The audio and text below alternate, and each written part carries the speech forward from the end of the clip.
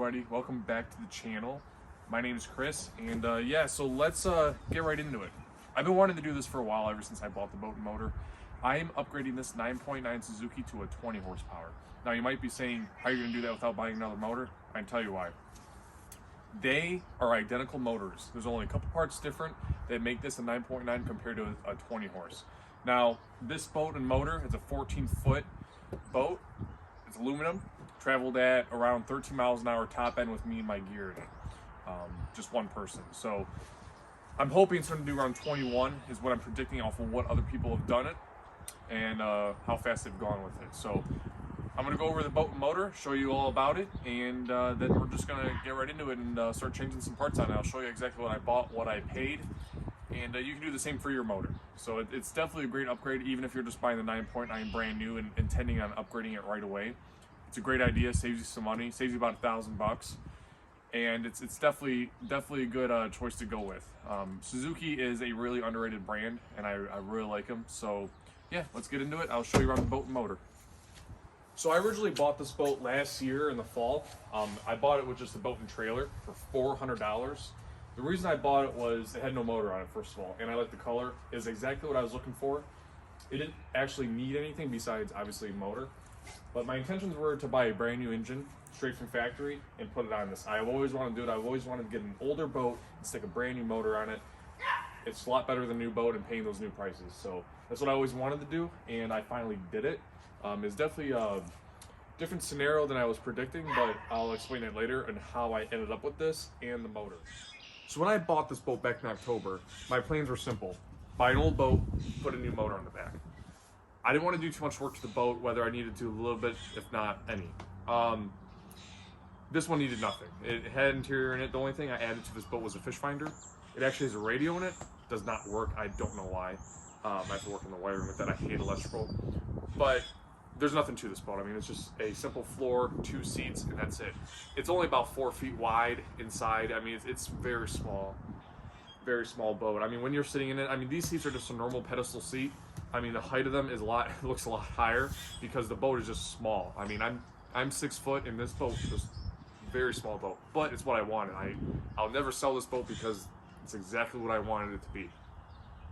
Now, it had a 50 horse Johnson on it, long shaft. This boat was a long shaft boat, but I converted to short shaft. I'll explain that later. But it had a 50 horse long shaft Johnson on it. He was selling everything separate. He was kind of a boat flipper, the gentleman I bought it off of, and he wanted to sell the Johnson separately, which I didn't even want the motor to begin with, so I was actually happy for that. But yeah, I kind of just bought it. I offered him $400. He took it, and it had the paperwork with the boat. I couldn't ask for it any better. It's exactly what I pictured in my mind. I love this thing. It does leak a little bit. I will be putting bilge pump in it, which I'll be making a video for that too, and how to wire that up. But yeah, let's go. I'll show you the inside and show you. So I'll show you around the front here. This is the dash area. It actually has a radio, which, like I said, it does not work. For some reason, every time I turn it on, it turns right off. So comment down below what you think is wrong with it. As soon as I power on, it shuts right off. I've hooked direct power to it, still does the same thing. So I'm not sure what's going on there. I would like to get this working because this is awesome to have this in this boat. You never have this, you know, nobody ever puts radios like this in a boat like this. I do bring Bluetooth speakers with me, so, you know, I technically don't need it, but it'll be nice to have it so I don't have to worry about bringing an extra speaker with me. Up here is the fish finder. It's just a Garmin. I forget the model of this one. It is the smallest one they make. It's about 120 bucks. You really can get it anywhere for 120 bucks. They really don't change in price.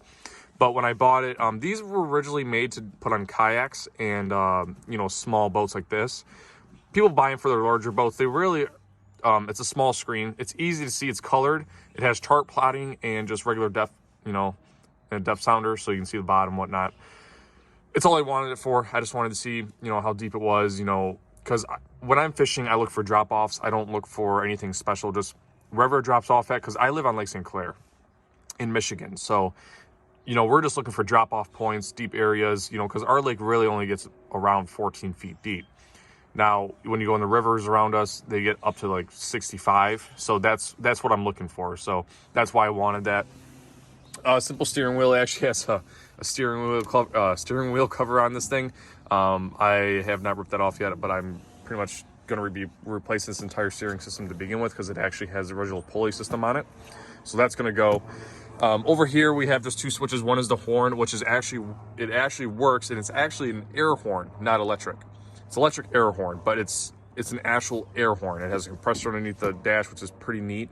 Actually, for the first time, whenever you use it for the first time of the day, it almost primes itself and then it goes off. It's pretty loud. It's awesome.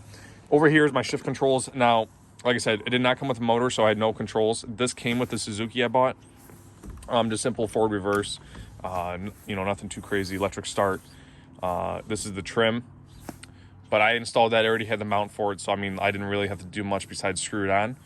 It fit perfectly.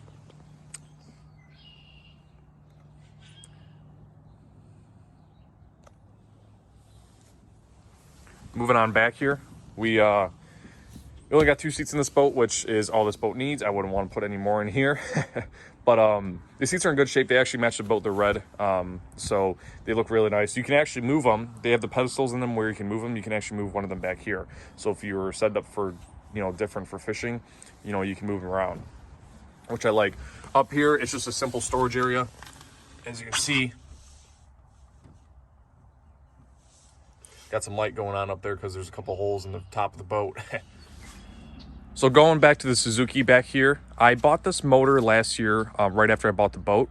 I was going to buy a motor online, brand new, but when I came across this, I couldn't resist. It was actually posted for about almost 2 months. Now the ad, I'm guessing, scared away everybody that looked at it. Nobody ever came and looked at the motor because about 2 years ago, we had a dam break up north Michigan, and it flooded out many residents' homes, including his where I got this motor from. The boat in his backyard had this motor on. It was a 16-foot aluminum boat, just a little aluminum boat with 3 bench seats in it. It flipped. So the motor was actually underwater for about 3 to 6 hours on its side. It wasn't totally submerged, just on its side. You can actually see here, let me take off this cover. You can actually see here, let me set this down here. This side's clean, which I never cleaned this. This side's originally clean, and this side you can see some mud here. The motor was laying on its side. So, and it was the side that which the motor, if you were transporting it, you would lay it on. So it wasn't that big of a deal. So the owner freaked out. Now keep in mind, the owner of it, it's a 2017. He bought it originally brand new. The dams broke, I believe, I want to say 2019, early 2020. I could be wrong. When the motor flipped, he brought it into the dealer. The dealer inspected it, went through it, changed all the fluids, gear oil, motor oil, the filters and whatnot. Went through it, charged him for it, and he left. The warranty did not cover a motor submerged, so he had to deal with that. So he decided to put the motor up for sale because he just got out of the whole boating thing because they have no water now. The dams are still broken to this day, and the water level is super low. So he decided to sell it. Maybe someone can put it to good use. This motor probably has tops 20 hours on it. I don't even think it has that many on it. I put about an hour on it since I've owned it. So he had it posted for $1,500, which already was a smoking deal on this motor. But the ad, he explained every little thing about the motor. So I'm like, hey, listen, I want to come check this thing out. So I go there, I drive about 2.5 hours to go see this motor. I'm like, I gotta buy this thing. If this thing runs, I go through it because I know outboards. I can go through this thing in about an hour and know if this motor is gonna be good or not. So I get there, and as soon as I start going through, I check the gear oil, I check the engine oil. I'm like, well, it's all brand new, so that's what scared me. I'm like, well, they could be hiding something, but I did run the motor on muffs. Originally, it would not start. So I actually, I turned the key, nothing. It was like the battery is dead. I'm like, no, my battery's fully charged. There's no way. I brought 2 batteries with me just in case. I go to pull start it because these ones actually come with a pull start on it. Started right up, first pull, because it is fuel injected. It has a power trim, and it started right up. And I ran it for about a half hour. No issues at all. Not a single one. So I had to buy it. And so the starter solenoid is bad, is what I was guessing, and it turns out it is bad. So I got them down in price. I actually only paid $700 for this motor. $700 for a 2017 Suzuki 99. $700. I couldn't beat it. I threw it in my Jeep and I went home. I ripped it off. I got it off the boat, controls and everything within half hour. I had it off, brought it home, and I couldn't wait to put it on the next day. So back to the boat. Like I said, this was a long shaft. You can see here, it's lower than the rest of the boat. I did that. So what I did was the motor needed to be 5 inches lower. So I did about 4.5, just, you know, I don't want to cut too far. So I did 4.5 inches down. And as you see, this plate was here originally, but it was up higher. And what I did was I literally just did the width of this plate, cut it down 4.5 inches, lowered the plate down, bolted it back in, siliconed it, sealed it up, sealed the sides, and now I got a short shaft boat. I don't have any problems with the waves or anything splashing over. It actually, having these here help a lot. The structural integrity of the boat is still good.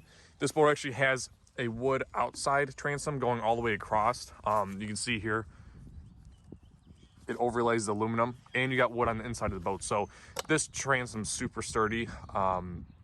It seems to be a little rotted. I mean, obviously it's gonna be, the boat is very old. I think the boat is around 68, 1968 when it was built.